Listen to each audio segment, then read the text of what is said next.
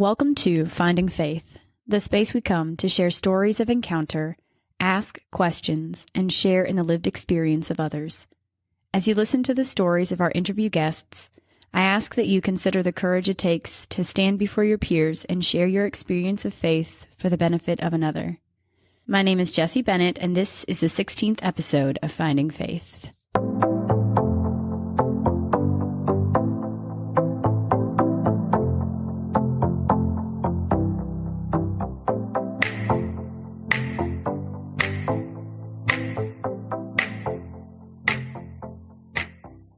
Tonight we have with us Sammy Jo Mills. Sammy Jo, why don't you tell us a little bit about yourself? Okay, well, like I said, my name is Sammy Jo Mills.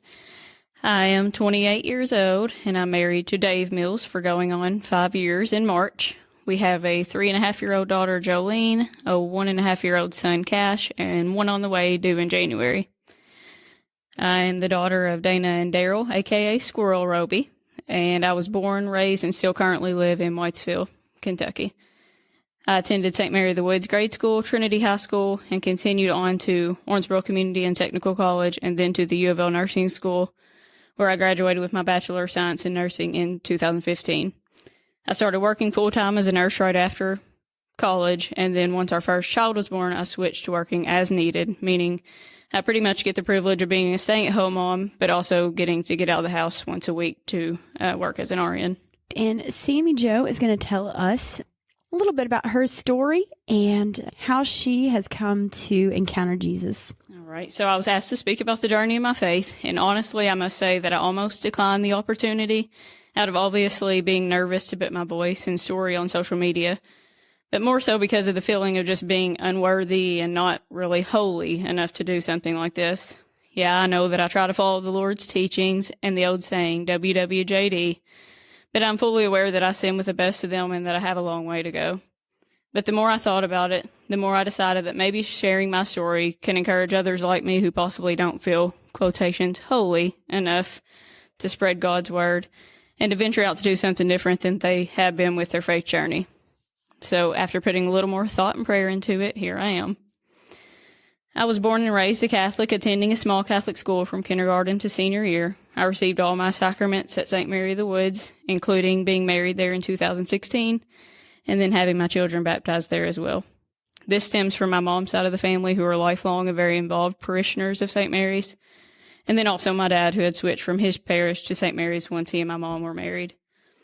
My parents did a great and very much appreciated job raising my brother Travis, sister Amber, and myself in the Catholic faith, trying to teach us right from wrong. And I'm sure, although it was a struggle financially at times, they were both great at being determined to make sure that we all received the same Catholic education that they both had. As an adult and parent now, I can look back and see the sacrifices they both made to send us three to St. Mary's and Trinity, and it is one of the things that encourages me to do the same thing for my children in the future. My parents made sure we were in the church pew every weekend and that we prayed every day. Normally with my mom on our way to school or wherever we were going.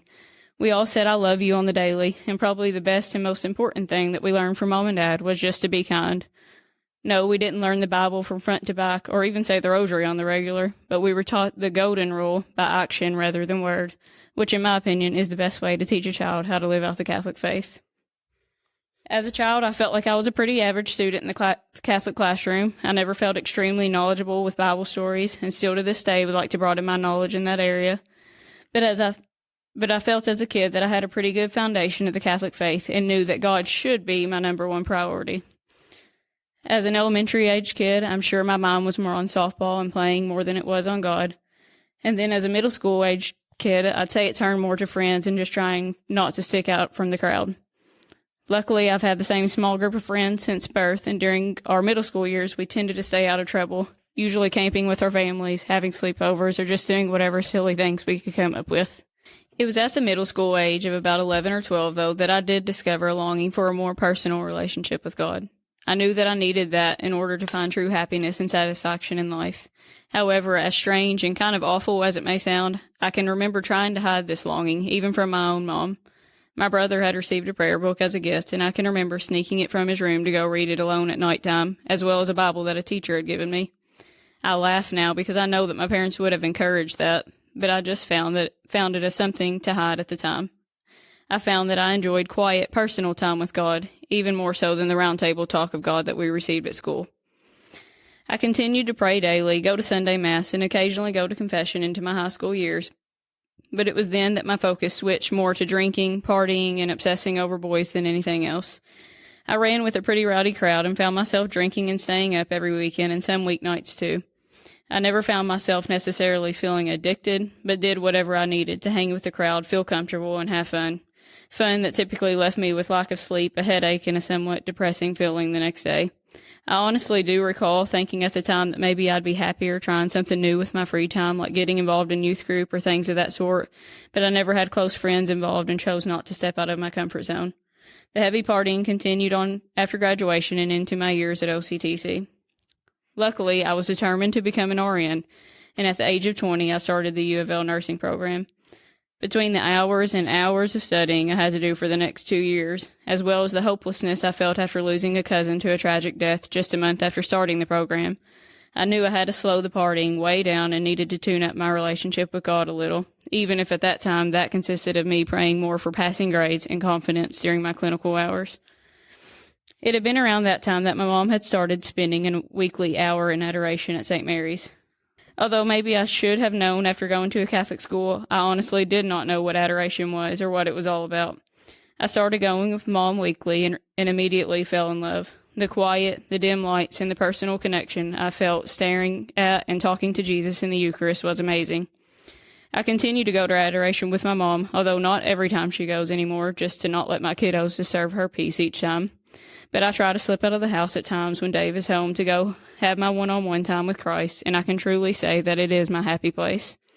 I love nothing more than sitting quietly in front of the Eucharist, even if only for a few minutes at a time. It brings me peace no matter what kind of mood I walk into it in. I find comfort in talking to Jesus about things going on in my life, and in asking for strength and His presence in certain areas. I think adoration was my stepping stone to a better relationship with God. I found myself praying, saying the rosary, and going to confession more frequently at that point. I also started trying to go to a weekday Mass once a week, when possible as well. It amazed me, and still does, in how much being in a Mass with a handful of people versus a church full can change your perspective on the Mass. It became easier to stay focused on the Eucharist and the message the Lord was trying to convey. I love the intimacy of weekday Mass, and still do to this day. With these new habits, I found that I just wanted to be a better person, meaning a better daughter, sister, friend, and just child of God in general. After graduating college, Dave soon proposed, and we were married the following March. A couple months later, we found out we were expecting, and we were both extremely anxious and excited for the arrival of our firstborn child. We decided before we got married that praying together as a married couple each day was a priority, and of course attending Sunday Mass together. We started off on the right foot with that, especially once we found out about the baby and had so much thanks to give God. I worked night shift as an RN most of that first year, so before I'd go to work or in bed on my days off, we'd say a set of prayers that Dave learned as a kid, as well as a prayer that a friend had given us that asked God's blessing on our baby and on us as parents. Our prayer time together was short and sweet, but it was uplifting to have a spouse that I felt comfortable praying with. Once our daughter was born, and after hearing several homilies from Father Baker encouraging families to pray the rosary together daily, we made the New Year's resolution in 2017 to try to do just that. We stuck with it and still do most days, although it's a little tougher now with the 2-kid routine. There are days when the kids are cranky and loud and we can't even hear what we're saying, and also times when the two of us have been bickering and honestly do not even want to pray together. However, I've read that couples should continue to pray together, even through gritted teeth, so I think we both try to keep that in mind at those times. I know, if nothing else, that our children are learning that praying and asking for Mary's intercession is very special and important, and I know that praying together has brought us comfort and peace as a family, especially during difficult times. So continuing family prayer time, going to confession fairly regularly as well as adoration at times, and being an active member of our church pretty much brings me to the present day. I try to start each day out with reading the daily Mass and homilies, as well as with personal prayer and talk with Jesus. I'm normally interrupted with a child wanting a drink, a toy, diaper change, or something of the sort, about every 2 minutes, literally. But I've found that if I don't start and complete a morning prayer session with God, then my day usually goes downhill from there. I also have been trying to get back into the routine of a weekly weekday Mass that I had before I had kids and when I only had Jolene. I had slowed down on it due to the struggle of paying attention once Cash was born and I had 2 kids to keep quiet. But with the encouragement from a great friend, I'm excited to be picking that up again. Although I don't always get to pay attention more than 10 minutes of the whole Mass nowadays, I know that God understands my struggle and is glad to see us there. I feel a sense of encouragement that He gives me during each Mass to keep Him as the center of our lives and to work on being a more Christ-like person. I do find myself longing for longer periods of quiet time or the ability to just up and go to Mass alone, be involved in groups or volunteer without having to find a sitter while Dave works. But I understand that during these years, God intends for my priority to be raising children in His light. As Father Baker once said, and I'll never forget, my goal is to raise and teach my children to do what God asks, in the way that He asks, for as long as He asks, simply because He asks it. If God allows it, then my time will come when I'm not changing diapers or playing blocks, and I'll have all the free time I need to be more involved like I'd love to be. But until then, I know I am where I'm supposed to be, and I can feel His presence in the small moments with my spouse, children, family, and friends. And I know that I'm very blessed in the journey God has led me on to get here and the journey He has left for me. So as I said before, do I find myself worthy or sinless enough to be using my story to help increase someone else's faith? Definitely not. There are days when I critique, judge, and become way too impatient with others. In no way am I perfect, and I know that I have a long road ahead of me to be where I want and need to be on my journey to heaven. But through Christ and knowing that He sees past my flaws like no one else can, I find myself being forgiven and feel very much loved. I am excited to see what God has in store for me on my faith journey. Thank you so much, Sammy Jo, for sharing your story with us. I just want to say that, it's easy to feel like your story is boring. In fact, most people that I've talked to have mentioned or very hesitantly agreed to do this because they don't feel like they're good enough, they're holy enough, they're worthy enough, their story's exciting enough. But honestly, I think that this is the majority of Catholics, that we have just simple stories of faithfully walking with Jesus, sinning with the best of them. I liked that line. And just trying to figure out, what life is all about. And so thank you so much for joining us here and for sharing your story. And I know that it's going to bless somebody else's life. If it's okay, I just have a couple of questions for you. Okay. I'm probably going to talk a little bit about kids with you because, there's a lot of moms out there in the pews and I see them struggling. I see them worrying, wondering, am I doing enough? Am I doing this right? There's a lot of questions about how to raise our kids Catholic. So what I want to know is, what do you and Dave do to instill faith in your children? Okay, so they are only 3 and 1 year old. Me and Dave we're still new at the parenting thing. We're still trying to figure out the best way to go about sharing our faith and teaching them the Catholic faith. I would say the number one thing is just talking to them about Jesus and making Him just a normal conversation piece in our life. With Jolene, she's 3, so simple things like when we're driving, I might point out that there's a pretty sunset or something, and I'll be like, Jesus made that, or or that He makes everything in our life and everyone in our life. With the new baby, with me being pregnant, I try to explain that, Jesus is giving us this gift because He makes everything. He makes all the wonderful things in our life. So I just want to make it a normal thing for them. I want them to grow up being comfortable speaking about Jesus. Yeah, and hearing His name and what He does in everyday life. Yes.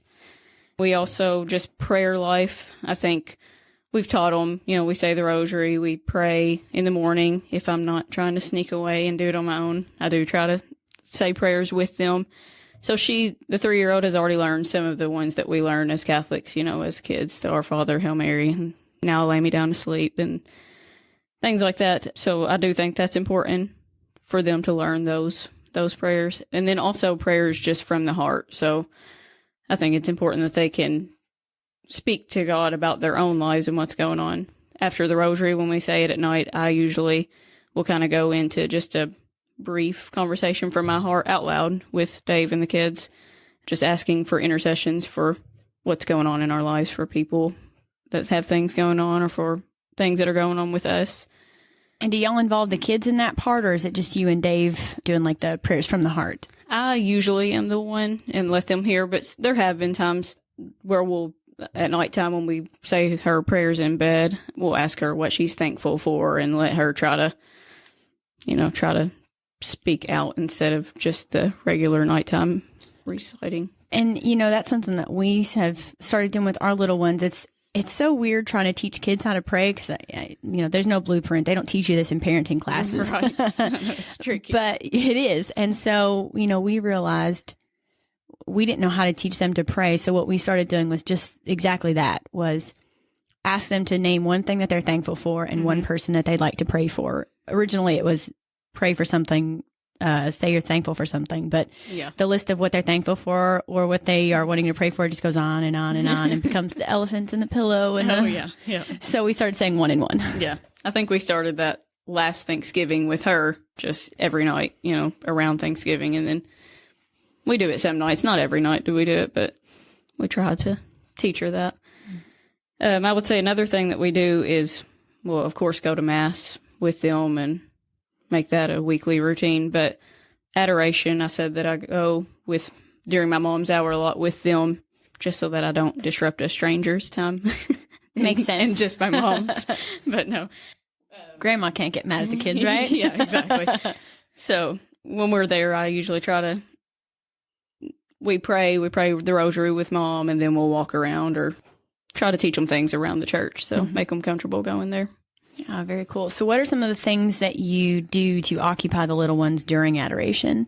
We don't always go for the full hour anymore. Now Probably that Cash smart. Is like super, he's been mobile for a while, but so sometimes it literally we take more time I'll take more time to get them dressed and get them buckled in longer than what we actually stay at adoration sometimes. I mean, there's been times that we walk in, stay 10 minutes, and my mom just laughs because I'm like, especially if another person comes in, we don't want to interrupt their prayer time and their quiet time.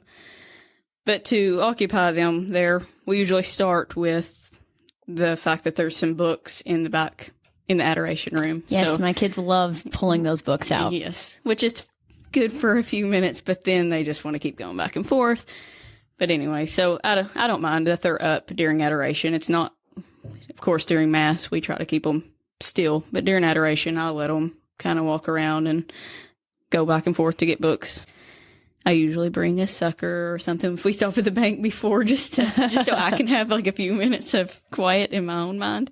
And then after they're done in the pew, we'll walk around and point out statues, go up, practice genuflecting. I try to show them that Jesus is not just on the cross, he is actually in the bread. I don't know that they really get that concept at all, but I try to show them that.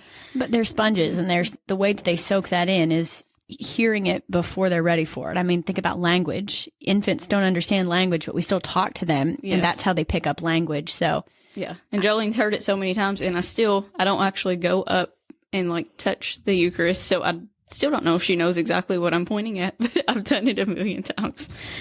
And then we'll go around sometimes and do the stations. She likes to hear that story. So just different things. Yeah, that's really cool. Trying to find ways to keep them moving and interacting with the environment around them. Yeah. And I want them to be comfortable going to church and know that they don't just have to go for the 1 hour that we go to Mass a week. They can go at any time. It's available at all times. Yeah, that's really smart. I like that. Do you often get to go to adoration by yourselves? I feel like you at some point mentioned that you do sometimes get, your husband's able to watch the kids and you're able to slip away and come up here by yourself. Yeah, well, occasionally. Not as much as I used to or as I would like to. But yeah, when he's home during the spring, especially during all the quarantine and everything, I was going at nighttime after they went to bed. Now that I'm pregnant, I'm like sleepy and I go to bed when they do. But sometimes on the weekends or on Sunday afternoons, I can slip out and do my own adoration. You mentioned that in your story, part of it was talking about being drawn to the Eucharist, and going to these adorations with your mom really helped you to get involved in your faith. What is it that draws you to the Eucharist and adoration? I think just the main thing is just the quietness. Being alone, it's just a breath of fresh air to be in there with nothing going on. Because at all times we hear the TV or the radio or kids or daily life is loud. So just going in there and it's so quiet. So I just get to get some things off my mind and talk to Jesus one-on-one. And you mentioned that, like, the intimacy of it. Yeah, that's what I love it. I love when the lights are dim and being there one-on-one with Jesus. And breathe. I love going over to the empty church, even if it's just for 5 minutes, because there is such a different quality of being able to just sit in that quiet and that solitude. You're right. Life is so loud everywhere. There's always things pulling at us, and adoration gives us a chance to slow down and yes. just breathe. And I try to do that. Or I do that at home, on the daily, but it's not the same. No, it's not. It's not. Even sitting like by myself in my room, if I can ever get 5 minutes of quiet. Yes. Sometimes I get the husband to deal with the kids and I go lock myself in my room and sit on my bed and pray. But it's not the same. No. It's not the Definitely same. not the same. You talk about praying daily with your husband, and I love this. I love that. Praying through, even if you're praying through gritted teeth, that's such anybody out there who's married completely understands that sentiment, I feel like. So what benefits or fruits do you see in your marriage that are coming from you guys praying together daily? I think just the fact that we know that we're going to have a set time at nighttime that we're going to pray together, and we're going to turn off the TV, and we can't really turn off the kids, so they're usually loud still, but just knowing that at nighttime we're going to have that time, that 15, 20 minutes of prayer time together, I think that's beneficial for our marriage. I just think it's a good routine. We know that it benefits our kids as well, even if they may not even be saying the rosary with us, but they're hearing us ask for Mary's intercession, and I think that's important. So I can't really speak for Dave, but I feel like it also is just nice having a spouse that I know is making time to pray with me and the kids too. So just feels good to do that as a family unit, I think. Having the ability to share your faith with your spouse is such a beautiful thing. And being able to pray with them on the daily, like you said, that's such a good witness for your kids to see that in their parents and to know that their parents are making time not just for prayer, but also for each other. Yeah. And there's the beautiful witness that is for kids to see the importance of faith in a marriage and making time for your spouse in a marriage. Right. Yeah. I think it's good that even if they do see us, we try not to bicker in front of them, but even if they do, they see that we come together to pray at night. Well, we're not perfect by any means, but we do try to do that.